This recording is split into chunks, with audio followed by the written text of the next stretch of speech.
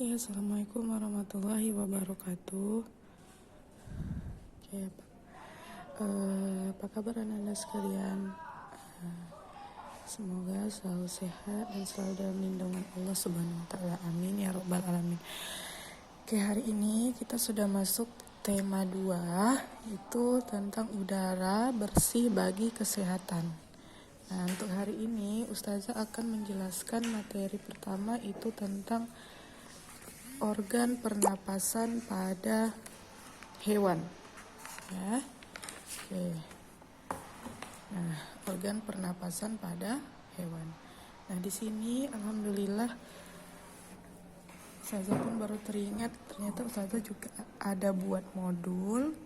Nah, modul tentang sistem pernapasan ini memang untuk SMA, tapi materinya hampir sama. Jadi Ustazah ambil sedikit gambar-gambar dari modul yang Ustazah buat. Oke. Nah, kalau berbicara tentang pernapasan, nah otomatis tidak jauh dari namanya menghirup udara dan mengeluarkan udara. Nah, apa yang dihirup?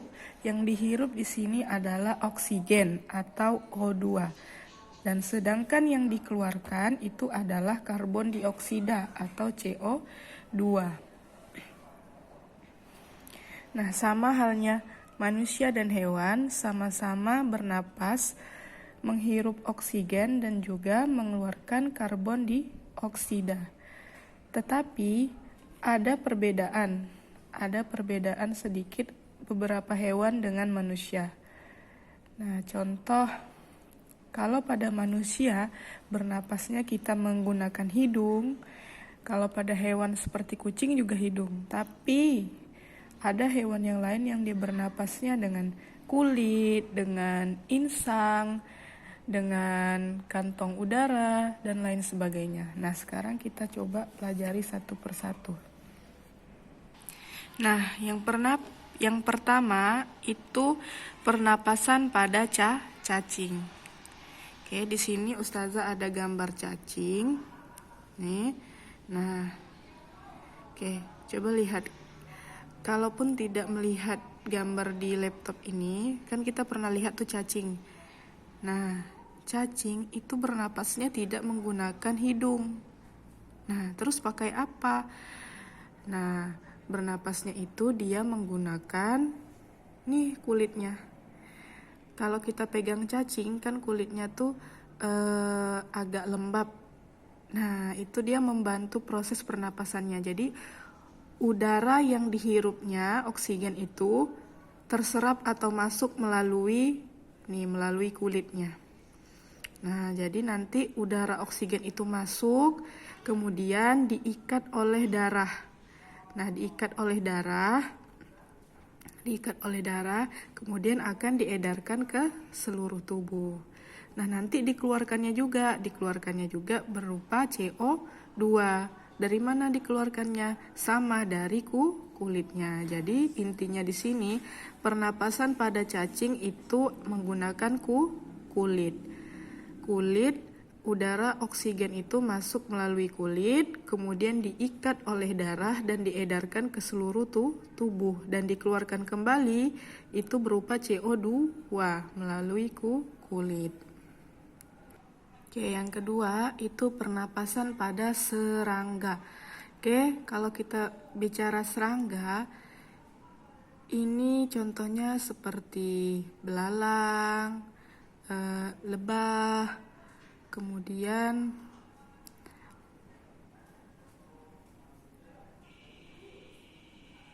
kupu-kupu.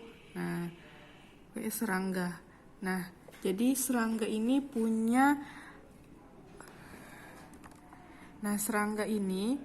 punya alat pernapasan khusus. Nah, beda dengan yang lain. Oke. Nah, alat pernapasannya itu adalah nih trakea.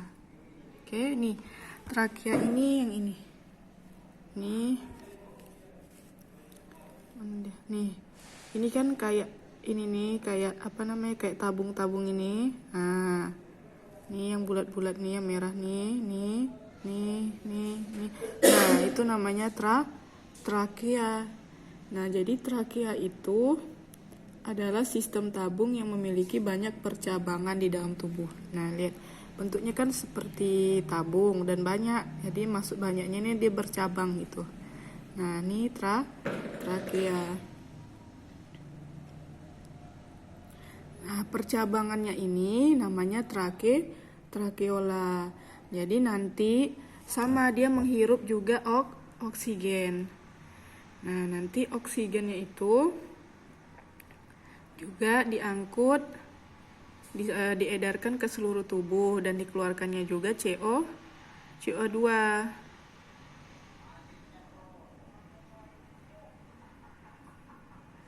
Nah, ini dia penjelasannya. Jadi udara itu masuk dan keluar melalui stigma ini.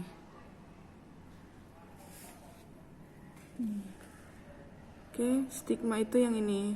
Nah, ini kayak apa namanya? Saluran yang di bawah ini. Nah, jadi udara itu nanti dia kan ada hidung. Udara tetap masuk ke hidung, nanti baru dia masuk ke stigma. Oke. Kalau misalnya pada manusia kan udara masuk ke hidung kemudian ke paru-paru kan. Nah, tapi kalau misalnya pada serangga dia tidak masuk, kemudian tersalur di stigma. Selanjutnya masuklah ke pembuluh trakea.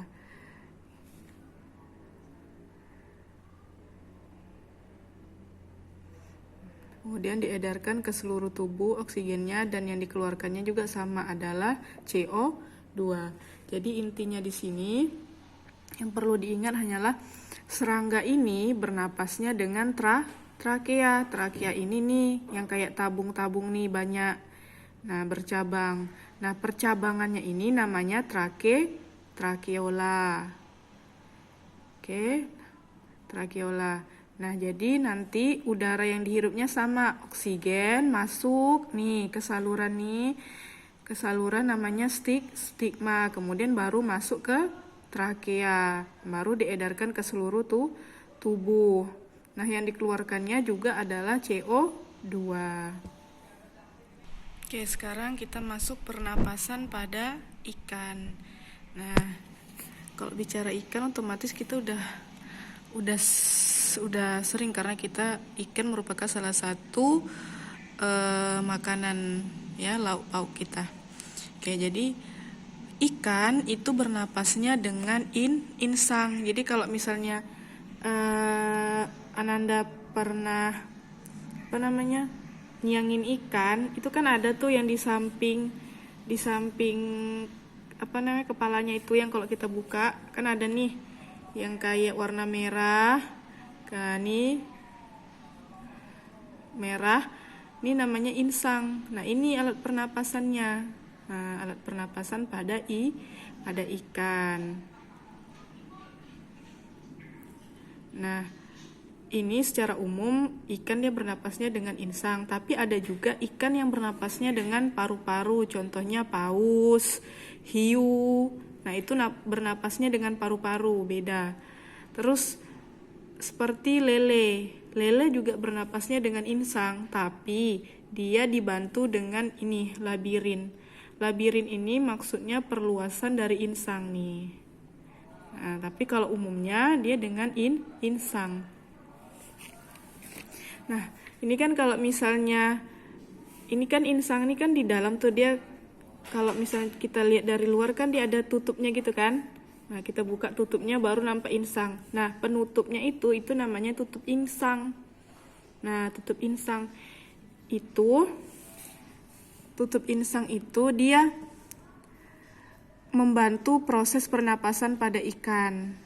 Nah, jadi pernapasan pada ikan ini dia udaranya itu tidak masuk lewat hidung, tapi dia kerjasama antara mulut sama tutup insang. Itu. Jadi sama, tetap yang dimasukkannya itu adalah oksigen dan yang dikeluarkannya adalah karbon dioksida. Nah, gimana prosesnya? Prosesnya itu ya.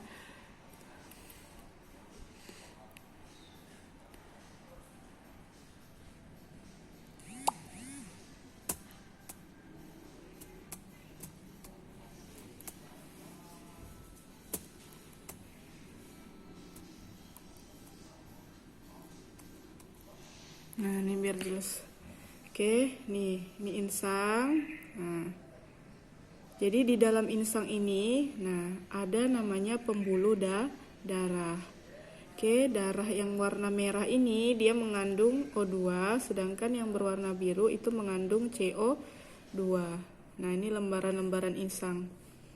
Nah, prosesnya itu, kalau misalnya tutup insangnya itu, tutup insang tuh, tertutup.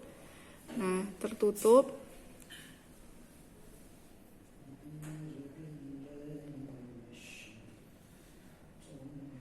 Nah, kemudian mulutnya terbuka, saat itu air akan terhisap masuk. Kemudian rongga mulut menyempit dan mulut menutup.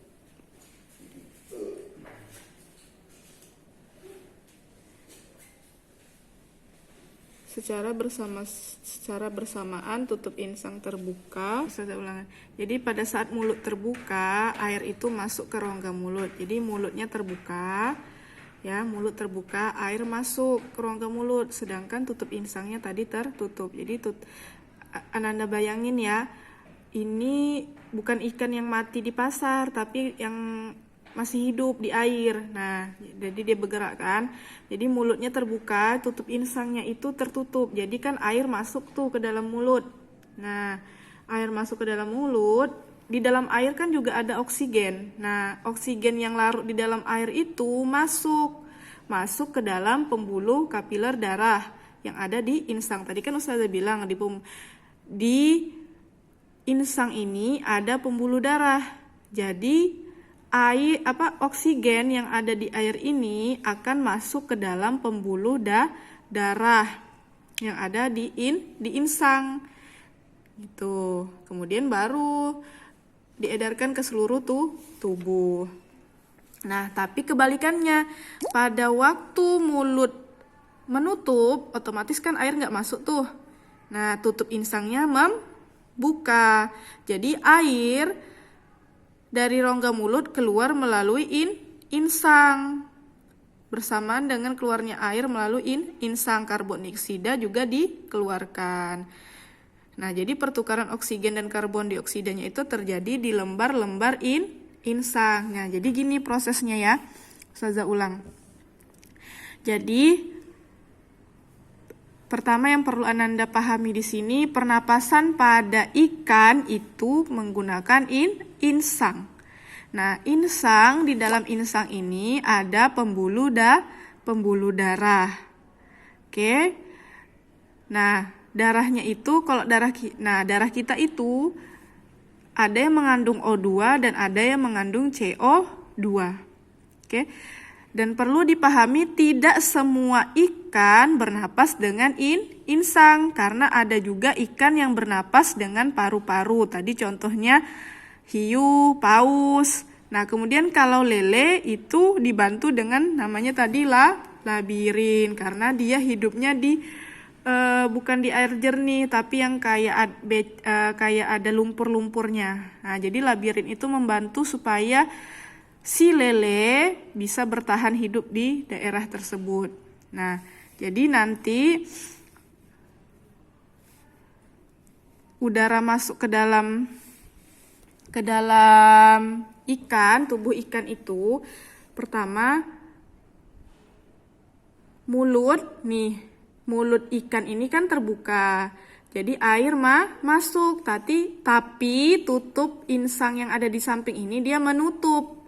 Nah, jadi ingat air itu juga mengandung oksigen. Nah, jadi masuk air ke dalam mulut, oksigen yang ada di air masuk ke dalam pembuluh darah yang ada di insang. Nah, jadi nanti oksigennya akan diedarkan ke seluruh tubuh. Berarti yang dihirup adalah oksigen.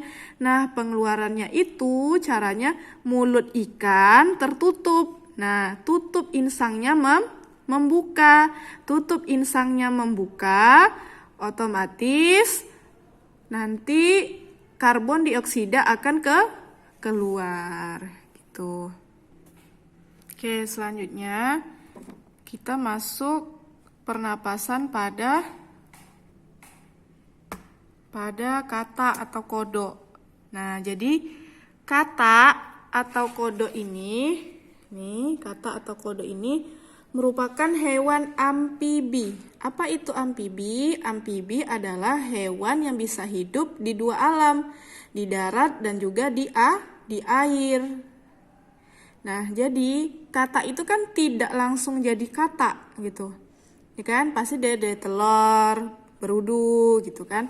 Nah, jadi kalau misalnya kata ini masih dalam fase berudu, itu bernapasnya masih pakai insang karena dia masih di air. Nah, tapi kalau sudah jadi kata dewasa, nah udah jadi kodok kayak gini, nah itu bernapasnya dengan dua, yaitu dengan paru-paru dan kulit. Nah, ini paru-parunya. Nih paru-paru. Tetap udara masuknya melalui rongga hidung, nanti baru masuk ke paru-paru dan diedarkan ke seluruh tubuh. Nah, kulit kata